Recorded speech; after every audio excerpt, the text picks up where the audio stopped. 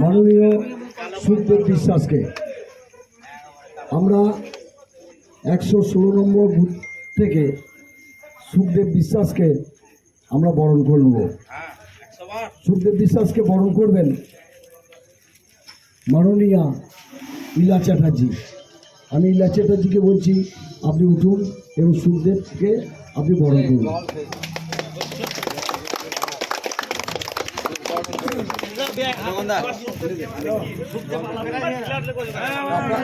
আপনার সব হাততালি দিলেন তো? বলছি আপনার হাততালি দিলেন তো?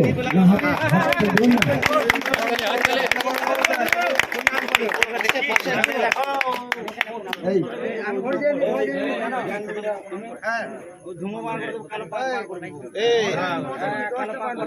বরণ করছেন ইলা চ্যাটার্জি এবং তিনি সভাপতি সুখদেব বিশ্বাসকে। भारत माता की भारत माता की भारत माता की जय श्री राम जय श्री राम जय श्री राम।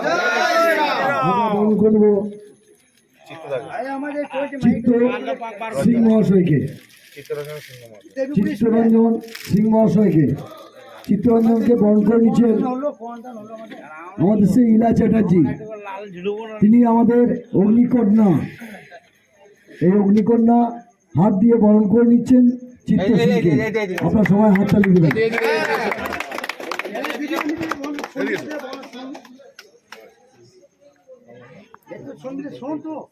जय श्री राम जय श्री राम जय श्री राम वंदे मातरम वंदे मातरम।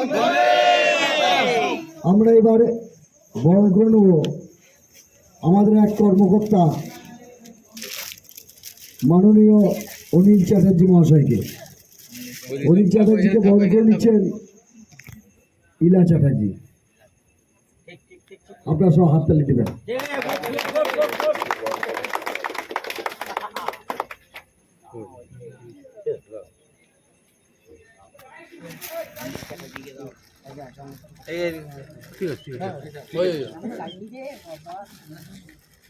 भारत माता की भारत माता की बीजेपी जिंदाबाद बीजेपी जिंदाबाद वंदे मातरम भारत माता की भारत माता की।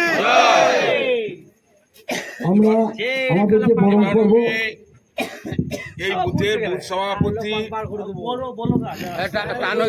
তথা সাহসী কার্যকর্তা সোনু ভাইকে আমার সামনে আসার জন্য অনুরোধ করছি।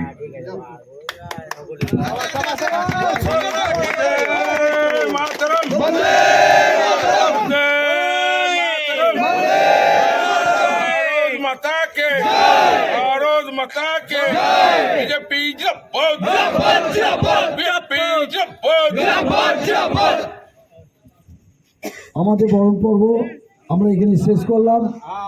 এবার আপনাদের সামনে ভারত মাতাকে নিয়ে বক্তব্য রাখছেন ইলামবাই মণ্ডলী সভাপতি মাননীয় সুখদেব বিশ্বাস মহাশয়।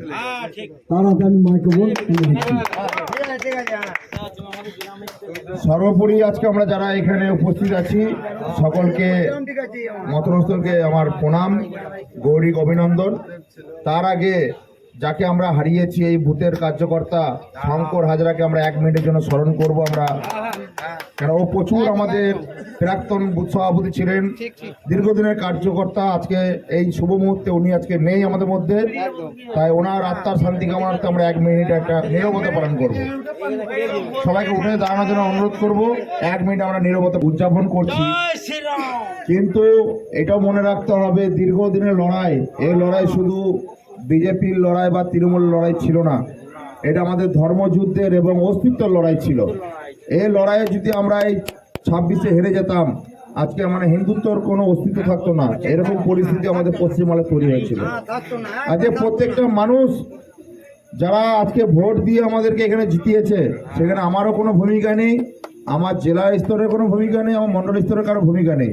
এই ভূমিকা পুরোপুরি আমাদের কেন্দ্রীয় এবং নির্বাচন কমিশনের আজকে যেভাবে ভোট আমরা 21 সালে জিতে গেছিলাম, যেখানে 200+ সিট আমাদের পাওয়ার কথা ছিল, সেখানে আমরা নিরাশা হয়ে আমরা কিন্তু 77-এ দাঁড়িয়ে গেছিলাম। ওদিনও আমরা জিতেছিলাম, কিন্তু আমাদেরকে হারানো হয়েছিল। সেই জিত আজকে আমরা 2026-এর 4 তারিখে উদযাপন করছি। আজকে আমরা পরাধীন ছিলাম, দেশ স্বাধীন হয়েছিল, কিন্তু আমরা পরাধীন হিসাবে আমরা কিন্তু পশ্চিমবাংলায় বসবাস করছিলাম। কারোর মুখে হাসি ছিল না, কারোর সাথে কারো কথা বলা বন্ধ ছিল, কেউ কোনো জায়গায় যেতে পারতো না। কিন্তু আজকে সেই আমরা আজাদ হয়েছি। একটা ঘরে বন্দি ছিলাম, সেখানে আজকে আমরা 4 তারিখে 12টার পরে আজাদ হয়েছি। তাহলে সেই খুশিতে আমরা আজকে উদযাপন করছি। প্রচুর আমাদের কার্যকর্তাকে আমরা হারিয়েছি, তাদেরকেও আমরা স্মরণ করেছি। আজকে তারা যদি আত্মবলিদান না দিত, আজকে এই জায়গাটা আমরা হয়তো পৌঁছতে পারতাম না। তাই এই পার্টিটাকে যেন আগামী দিন আরও উচ্চতরে নিয়ে যেতে পারি, যেন 500 বছর পর্যন্ত আমরা রাজত্ব করতে পারি। তাই সকলের দায়িত্ব আগামী দিন যেন আমরা বুথ খুব সুন্দরভাবে পরিচালনা করতে পারি, সুশাসন দিতে পারি, পঞ্চায়েত সুশাসন করতে পারি, মানুষের যেন আমরা গরিব মানুষের জন্য উপকারে লাগতে পারি। এই জিনিসটা কিন্তু সবাইকে মাথায় রাখতে হবে। আমি বড় নেতা, আমি আমার কথাই চলবে এটা নয়, সবাইকে নিয়ে চলতে হবে। আমি সোনু ভাইকে বলবো একটা কথা, দরকার বলে প্রত্যেক সপ্তাহে একদিন করে বুথে বসবে, বুথে বসে কার কি অভাব অভিযোগ সেটা শুনতে হবে। মানুষকে প্রায়োরিটি দিতে হবে, মানে মান্যতা দিতে হবে। যে কোনো মানুষ আসুক, নিচু তলা থেকে আসুক, কিন্তু তার কথা শুনতে হবে, তাকে মান্যতা দিতে হবে। তার কি অভিযোগ আছে, অভাব আছে, সেটা শুনতে হবে। আজকে এই সরকার কিন্তু বিজেপি সরকার নয়, পশ্চিমবঙ্গ সরকার, যেটা আমরা আমাদের নেতৃত্ব যারা প্রতিষ্ঠিত করতে চাইছে, যে শুধু এটা বিজেপি সরকার নয়, আমাদের পশ্চিমবঙ্গ সরকার আইনের শাসকের আইন নয়, এতদিন ছিল শাসকের আইন। আজকে আমরা প্রতিষ্ঠিত করতে পারবো তবে আমরা আইনের শাসক। আজকে অলরেডি আমরা দেখতে পাচ্ছি বিভিন্ন জায়গায় মুখ্যমন্ত্রী এবং আমাদের যে উপমুখ্যমন্ত্রী যারা যেভাবেই বার্তা দিচ্ছেন আমাদেরকে, আমরা যে ভারতীয় জনতা পার্টির কার্যকর্তা, আমরা এটা প্রমাণিত যে 2021 সালে যেভাবে আমাদেরকে ঘর ছাড়া, মারধর, কেস খাওয়ানো, ঘর থেকে উচ্ছেদ করে দেওয়া, কিন্তু আমরা যে এতটা সংযম রেখে আজকে নেতারা যে এখনো পর্যন্ত ঘরে বাস করছে, এটা হচ্ছে বিজেপি। এই জিনিসটাকে মাথায় রেখে আমাদেরকে আগামী দিন এগিয়ে নিয়ে চলতে হবে। সবার অভাব অভিযোগ আমাদেরকে শুনতে হবে। আগামী দিন যেন তাদের যেন উপকারে আমরা লাগতে পারি, মানুষের যেন কর্মযোগে আমরা যোগ দিতে পারি, এটা মাথায় রেখে আমাদেরকে এগিয়ে চলতে হবে। আজকে দিদিমা এখানে বসে আছে, ওনাকে তো আমি ধন্যবাদ জ্ঞাপন করছি। আজকে ওনাকে সম্মানিত করলাম, উনি আমাকে সম্মান করছে, কিন্তু আমিও সম্মানিত করলাম ওনাকে, যে এমন একটা ছেলেকে, মানে নাতি ওনার, যে তাকে মানে পরিবেশে তৈরি করেছে, যে এমন একটা মানে কি বলবো সাহসী। তখন এমন সময় ছিল, একটা বুথ সভাপতি পাওয়ার মতো এখানে পরিবেশ ছিল না, মানে বিজেপি বলার মতন বলার মতো ক্ষমতা ছিল না, সেখানে বুথ সভাপতি ছিল আমাদের। 21-এ এমন অত্যাচার হয়েছে, তাকে ঝাড়খণ্ড চলে যেতে হয়েছিল, কিন্তু দীর্ঘদিন আমরা যোগাযোগ করে তাকে আবার ফিরিয়ে এনে তার সাথে কথাবার্তা বলে আবার সে পুনরায় বুথ সভাপতি পদে রেখে আজকে ভোট নির্বাচন আমরা বৈতরণী পার করেছি। তাহলে তাদেরকে মান্যতা দিতে হবে। যারা 2026 সালে বিজেপিকে পরিশ্রম করে যারা এনেছে, তাদেরকে মান্যতা দিতে হবে। 11টার পর 12টার পর অনেকজনের বিজেপি হয়েছে, কিন্তু তাদের কথাটা পরে শুনবো। যারা 26 সালে যারা ভোটের আগে পর্যন্ত যারা বিজেপিকে লড়াই করে এনেছে, তাদের মান্যতা আগে থাকবে।